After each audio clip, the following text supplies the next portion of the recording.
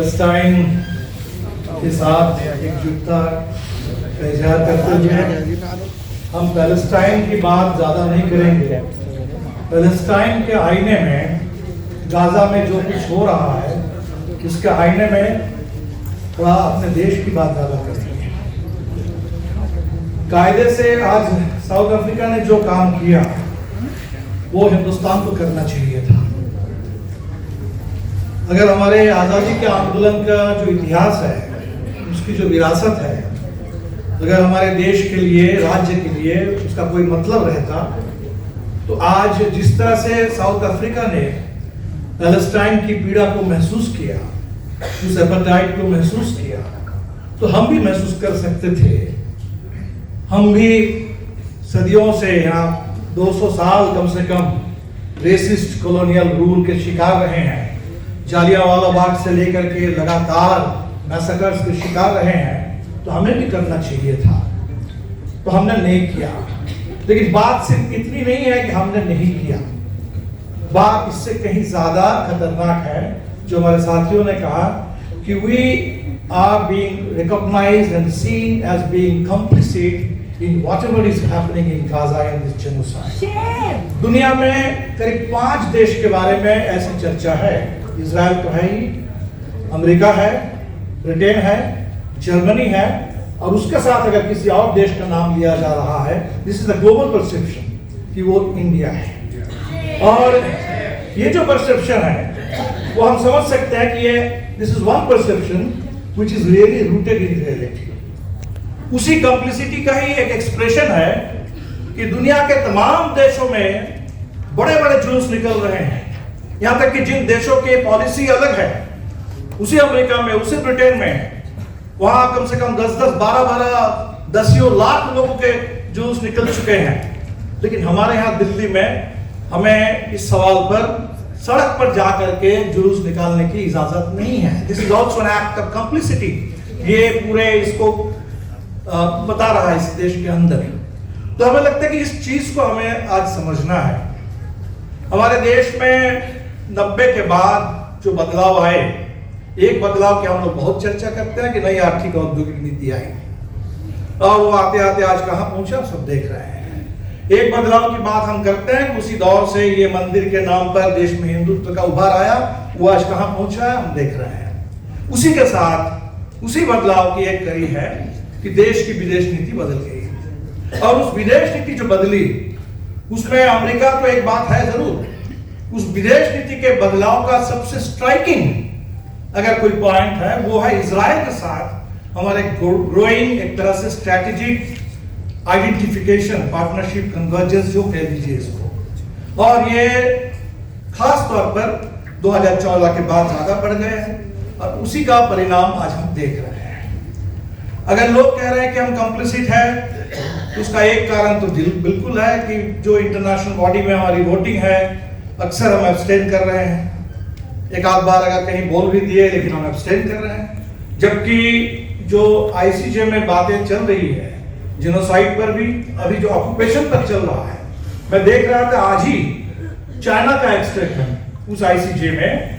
China ने कहा है कि भाई वहां अगर कॉलोनियल ऑक्यूपेशन है तो under international law Palestine, the people of Palestine, they have a right to resist, and that right includes armed struggle which cannot be condemned as terrorism. और ये right इस बात इंटरनेशनल लॉ होती। तो आज तो ग्लोबल फोरम में इसका आर्गुमेंट हो रहा है जेनोसाइड के सवाल पर, ऑक्यूपेशन के खिलाफ। एक तरह से पैलेस्टाइन आज सबसे बड़ा देश दुनिया भर में नेशनल लिबरेशन की स्ट्रगल। अगर एक जमाने में हिंदुस्तान में हम लोग वियतनाम को लेकर के पूरा देश खड़ा होता था, पूरे देश के लेफ्ट के लोग खड़े होते थे, एक समय अगर बांग्लादेश के सवाल पर पूरा हिंदुस्तान खड़ा हुआ, तो आज कायदे से पैलेस्टाइन के सवाल पर हिंदुस्तान को खड़ा होना चाहिए था। लेकिन हम बिल्कुल जो विपरीत छोर पर आ गए हैं, ये हमारे लिए सोचने वाली बात है। आज हम देख रहे हैं कि अदानी देश के अंदर भी और उस इजराइल के अंदर पैलेस्टाइन में, वहां आप देख लेंगे सबसे ज्यादा इन्वॉल्वमेंट अगर है तो अदानी का। पोर्ट उनको मिल गया है, आर्मामेंट इंडस्ट्री में सबसे ज्यादा उसका इन्वेस्टमेंट है, वो हम सप्लाई कर रहे हैं। अभी हमने एक वीडियो देखा लंदन के साइंस म्यूजियम में, वहां अदानी शायद वो खुल गया है, उसकी कोशिश है रिन्यूएबल एनर्जी के नाम पर एक गैलरी अदानी को मिल जाए साइंस म्यूजियम में। उस ग्रीन वॉश के खिलाफ वहां के लोग प्रोटेस्ट कर रहे हैं। हमने देखा कि इस समय वहां के बच्चे and their parents, children and their parents, वो साइंस म्यूजियम के अंदर जाकर के बाहर खड़े होकर प्रोटेस्ट कर रहे थे कि ये अदानी को नहीं मिलना चाहिए, because he has got blood on his hands, ये ब्लड मनी है अदानी के। तो अदानी के खिलाफ आज जो दुनिया भर में प्रोटेस्ट हो रहे हैं, वो सिर्फ जल जंगल जमीन के सवाल पर नहीं हो रहा है, वो सिर्फ स्कैम के सवाल पर, वो हिंडनबर्ग के सवाल पर नहीं हो रहा है, इस सवाल पर भी हो रहा है। तो हमारे देश में अगर ये कॉर्पोरेट के खिलाफ हमारी लड़ाई तेज होती है, उस लड़ाई को हम यहाँ तक भी पहुंचा सकते हैं। जो हम देख रहे हैं कि हरियाणा में जो 2-3 दिन से हम देख रहे हैं, किसानों को दबाया जा रहा है, ये कौन सा मॉडल है? ये वही इजरायली मॉडल है। 2018 में जिस समय ग्रेट मार्च ऑफ रिटर्न वो प्रोटेस्ट हो रहे थे, हरियाणा की एक टीम, हरियाणा के चीफ मिनिस्टर के नेतृत्व में डेलीगेशन इजराइल गया। हरियाणा और इजराइल के बीच में खास नजदीकी है, और वहां से ट्रेनिंग लेकर के आए कि ये जो ड्रोन चल रहा है अभी, ये जो किसानों पर आंसू गैस के गोले बरसाए जा रहे हैं, वो सब पूरी तरह से इजरायली ब्लूप्रिंट है। इसलिए हमारे लिए कोई बाहर की बात नहीं है। गाजा में क्या हो रहा है उस स्केल पर अभी नहीं हो रहा है। कश्मीर के लोग जानते हैं क्या हो रहा है कश्मीर के अंदर। तो ये ब्लूप्रिंट, ये जो इजरायली ब्लूप्रिंट है, वो ब्लूप्रिंट हमारे देश में लागू हो रहा है। और आज की डेट में अगर भारत के फासीवाद की हमें बात करनी है, वो ठीक है, मुसोलिनी से, हिटलर से भी उन्होंने प्रेरणा ली। आज के फासीवाद के इंडिया में अगर कोई उसके पास सबसे बड़ा मॉडल है, वो मॉडल इस समय इजराइल है, और जिस मॉडल को हमारे ऊपर थोपा जा रहा है। ये आप आइडियोलॉजी के धरातल पर भी देख सकते हैं।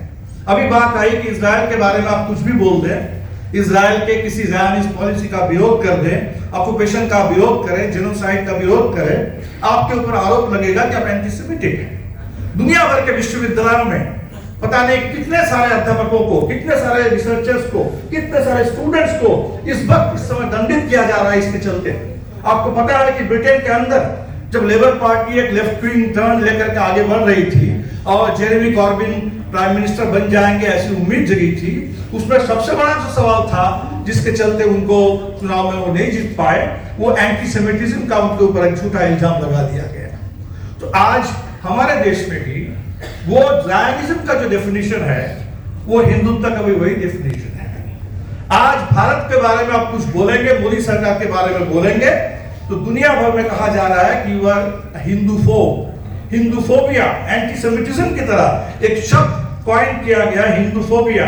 और पूरे मोदी सरकार के बारे में जो भी आलोचना, हमारे जो ओवरसीज सिटीजन्स ऑफ इंडिया है, ओसीआई कम्युनिटी, और जो भी क्रिटिकल है इस पर, कोई किसान आंदोलन के पक्ष में अगर खड़े हो रहे हैं, कोई नागरिकता आंदोलन के पक्ष में अगर खड़े हो रहे हैं एंटी-सीए प्रोटेस्ट के साथ, उनका ओसीआई कार्ड छीन लिया जा रहा है, ये इल्जाम लगा करके कि आप एंटी इंडिया है।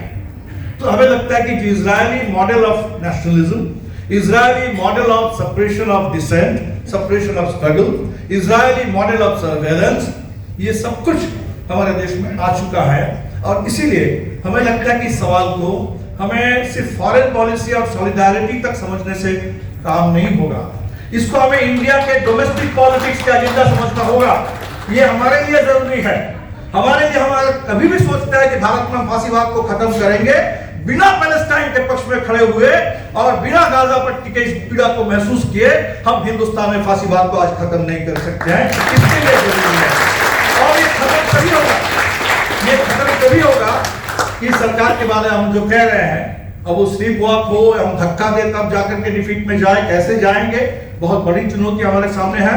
लेकिन वाकई अगर मोदी सरकार के खिलाफ एक चार्जशीट, 10 साल का कोई चार्जशीट अगर हम दायर कर रहे हैं, लोग बात कर रहे हैं कितना अनएम्प्लॉयमेंट बढ़ा है, कितनी महंगाई है, कितनी मॉब लिंचिंग है, कितना हमारे देश में डेमोक्रेसी पर, कॉन्स्टिट्यूशन पर हमले हुए हैं, तो हमें लगता है कि उस चार्जशीट में मोदी सरकार के खिलाफ ये जो आपकी इजराइल परस्ती है, ये जिस तरह से गाजा पट्टी में जेनोसाइड में मोदी सरकार ने साथ दिया, इसको ऑन टॉप उसमें रखना होगा कि ये चार्जशीट है मोदी सरकार के खिलाफ। 10 साल में आपने हिंदुस्तान को बदनाम से नहीं किया, शर्मिंदा से नहीं किया, वो एक ही बर्बादी का रास्ता है जो आज पैलेस्टाइन को बर्बाद कर रहा है, उनकी आजादी को लोग छीन रहे हैं, उसी रास्ते पर हिंदुस्तान की आजादी, हमारे देश की नागरिक स्वतंत्रता, हमारा संविधान, हमारा लोकतंत्र, हमारा देश की गंगा जमुनी तहजीब वो खत्म हो रही है। और इसीलिए हम आप तमाम लोगों से ये अपील करेंगे, बहुत कठिन काम है। अभी कंस्ट्रक्शन वर्कर्स को जब भेजने की बात आई, अभी पोर्ट वर्कर्स के बारे में हम लोग बात कर रहे हैं। कंस्ट्रक्शन वर्कर्स का हमारा एक फेडरेशन है और उस फेडरेशन ने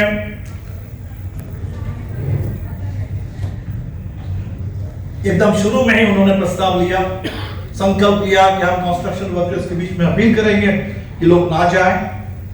लेकिन एक वर्कर की बात तो है नहीं, जो हरियाणा में हो रहा है, जो उत्तर प्रदेश में हो रहा है। सरकार एक लेबर एक्सपोर्टर की तरह, इंडेंचर्ड लेबर को भेजने की तरह सरकार ये काम कर रही है। ऐसा नहीं कि कोई अगर किसी का मन किया तो चले गए, कोई वर्कर फ्री नहीं है।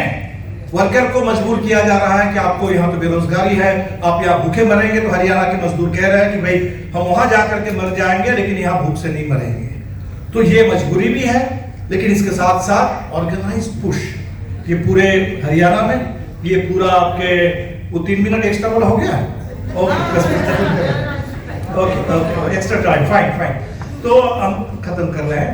तो वो जो हरियाणा में हम देख रहे हैं, उत्तर प्रदेश में देख रहे हैं, तो ये कंस्ट्रक्शन वर्कर्स को भेजा जा रहा है। ये जो इतना बड़ा खतरा है, इसको लेके जरूर पूरे मजदूरों में व्यापक अभियान चलाने की जरूरत है। जो पोर्ट वर्कर्स फेडरेशन ने डिसीजन लिया, मैं सलाम करता हूँ हमारे पोर्ट वर्कर्स के साथियों को, जो sense of solidarity and sense of responsibility, इस सॉलिडारिटी हमारी रिस्पॉन्सिबिलिटी है कि इस समय हम खड़े हो इसके खिलाफ। तो ये देश के ट्रेड यूनियन आंदोलन में ये बात कैसे जाए? हमारे देश के पूरे फांसीवाद के विरोध में जो हम संविधान के पक्ष में खड़े होने की बात करते हैं, उसके साथ साथ हमारी ये चेतना कैसे मजबूत हो, ये हमारे सामने बिल्कुल खुली चुनौती है। एक तो सरकार का दमन जरूर है, लेकिन उस सरकारी दमन के साथ साथ ये जो डिस्टॉर्टेड सेंस ऑफ नेशनलिज्म, जहां एक बड़ा हिस्सा इंडियंस का, they have started identifying with Israel, they have started borrowing the Israeli threat perception, और वो हमारे देश में इंजेक्ट हो रहा है। ये बिल्कुल हमें बदलना होगा इस देश के अंदर। और ये बड़े आज की मीटिंग बहुत आशा जगाने वाला, उत्साह जगाने वाली मीटिंग है। लंबे समय के बाद हम लोग इस तरह से मिले हैं। तो इस जो हमारे सामने टास्क है, बिल्कुल इस टास्क को लेकर के हम लोग आगे बढ़े, सब लोग साथ साथ मिले। और बिल्कुल इसी तरीके से हमें लगता है गाजा पट्टी में जो लोग ने तय किया कि हम यहाँ से जाएंगे नहीं, मरना है तो ही मरेंगे, तो उनके इस पूरे स्पिरिट को मैं सलाम करता हूँ। गाजा पट्टी के तमाम बच्चों को, डॉक्टरों को, पत्रकारों को, शायरों को, सबको इस मानवता को लग रहा है।